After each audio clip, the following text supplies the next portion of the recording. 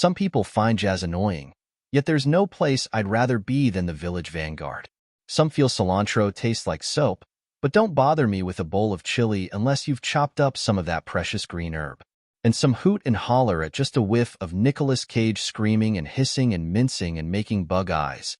I'll admit that there was a time when, in small doses, I enjoyed this too. But I am now at a point where crazy Nick Cage feels like a cheap ploy to goose an audience reaction in the absence of anything real.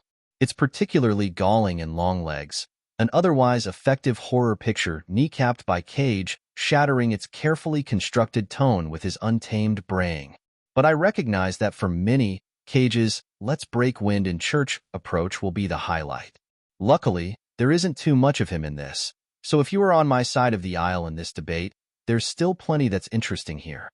Longlegs, in theaters Friday, was written and directed by Osgood Perkins, the Blackcoat's daughter. I am the pretty thing that lives in the house, who has positioned himself at the tip of the spear of vibe cinema. On paper, there isn't much that is particularly original in Longlegs, which mixes Satanism, curse dolls, a serial killer, and an FBI investigation. But like the great Miles Davis albums from the late 1960s, see note above jazz, it's more about the tone than the melody. After a creepy prologue shot in a 4:3 aspect ratio with curved corners to resemble an old photograph, we move to the 1990s, the lack of cell phones and pics of President Clinton cue us, somewhere in the eternally dreary Pacific Northwest.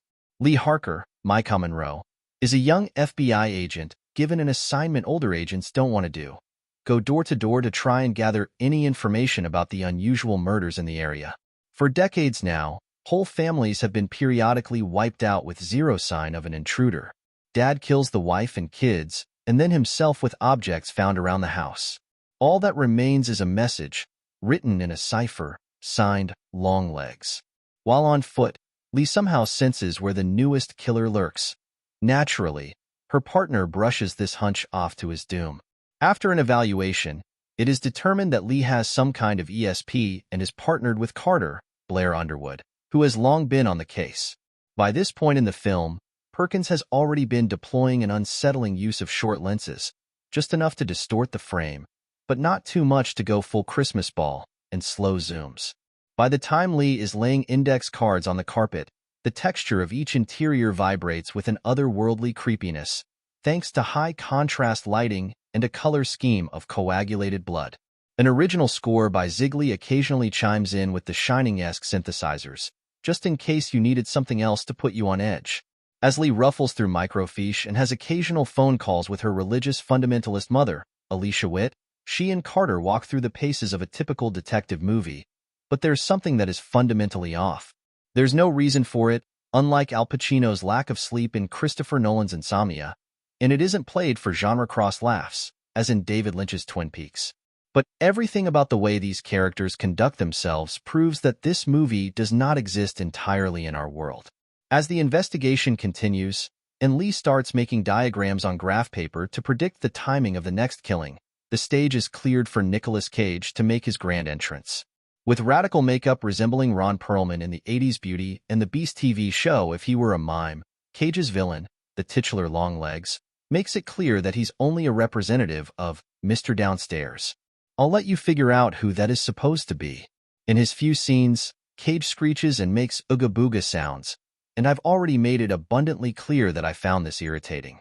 But I will give credit both to him and Perkins. Nobody holds anything back in this film. As for the mystery itself, it's nothing too shocking, but it all makes a kind of internal sense.